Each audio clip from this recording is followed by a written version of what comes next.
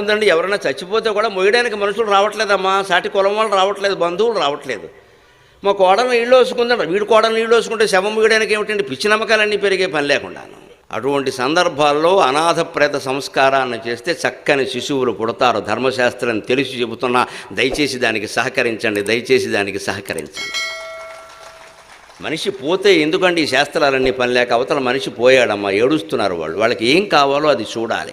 పూర్వకాలం వ్యవస్థ ఎలా ఉండేదంటే మా చిన్నతనంలో చూసేవాళ్ళం, ఎవరైనా ఇంట్లో ఎవరైనా పోతే పక్కింటి వాళ్ళు మొత్తం ఆ ఇంటికి సరిపడా అన్నం కూరలు వండి పట్టుకెళ్ళి కూర్చుని తినిపించేవారు. మేము తినలేమమ్మా, ఏడుపు వస్తుంది, ఏడవడానికైనా ఓపుకుండాలి కదమ్మా అని తినిపించేవారు.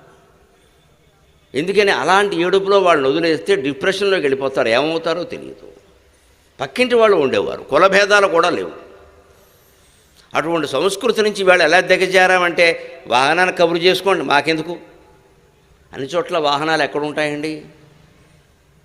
అసలు బంధువులు ఏమయ్యారు, మిత్రులు ఏమయ్యారు, సాటి కులం వాళ్ళు వంటికి కుల సంఘాలను తయారవుతారు. ఏమయ్యారు కుల సంఘం వాళ్ళు అందరూ? ప్రతిదాని కార్తీక మాసం వనభోజనం అనగానే కుల సంఘం తయారవుతుంది కదా, ఎవరన్నా పోగానే కుల సంఘాల వాళ్ళు రారండి, నిలబెట్టి అడగాలి ఏం చేస్తున్నామని. అక్కడికి అసహ్యాలు వచ్చేస్తాయి, మైలు వచ్చేస్తుంది, అశుభం జరిగిపోతుంది. మొన్న గృహప్రవేశం చేశాం కాబట్టి మీకు ఎవరు చెప్పారు? ఎక్కడా లేదు ఇది. మన ఇంట్లో ఈవేళ శుభకార్యం అయినా సరే రేపు అశుభానికి మనం వెళ్ళొచ్చు. ఏ శాస్త్రము దీనికి ఆటంకి చెప్పదు. ఆ మాటకు వస్తే శుభకార్యం వాయిదా వేసుకునేనా పరామర్శకి వెళ్ళి వాళ్ళని కాపాడమని చెప్పింది శాస్త్రం, అంత గొప్పది. శుభకార్యం వాయిదా వేసుకో, అశుభాలు మనం వాయిదా వేయలేం. ఎందుకంటే దానికి ముహూర్తం ఉండదు.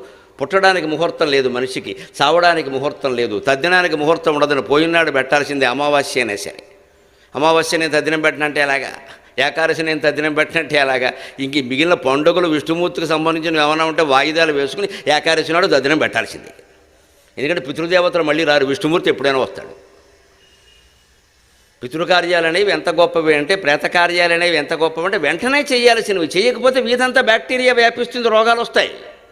సమస్య అది, అక్కడ సామాజికంగా సమస్య అది. అందుకని ఏమీ ఆలోచించకుండా వెళ్ళిపోవలసిందో. ఇంట్లో కొత్త కోళ్ళ కాపురానికి రాని నీళ్లు వేసుకొని పాలు వేసుకొని మనకు అనవసరమైన విషయం. పైగా దానివల్ల పుణ్యం. అనాథ ప్రేత సంస్కారం అశ్వమేధ సమం విదుహు అన్నారు. శూన్యాలయే శివార్చనం, శూన్యలింగార్చనం అది కూడా గొప్ప పుణ్యం అండి. ఏమిటో తెలుసా శూన్యలింగార్చనం అంటే?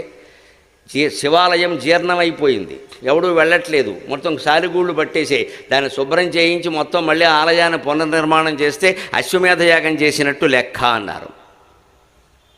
అంత గొప్పగా శాస్త్రాలు చెబుతుంటే అవి చేయడం మానేసేసి మన నమ్మకాలు మనం పెంచేసుకుని ఏ రకంగా పక్కవాడికి సహకరించడం ఎగ్గొట్టేద్దామా, వాడి ఆస్తి ఏ రకంగా కొట్టేద్దామా, ఇదే లెక్క మనకి.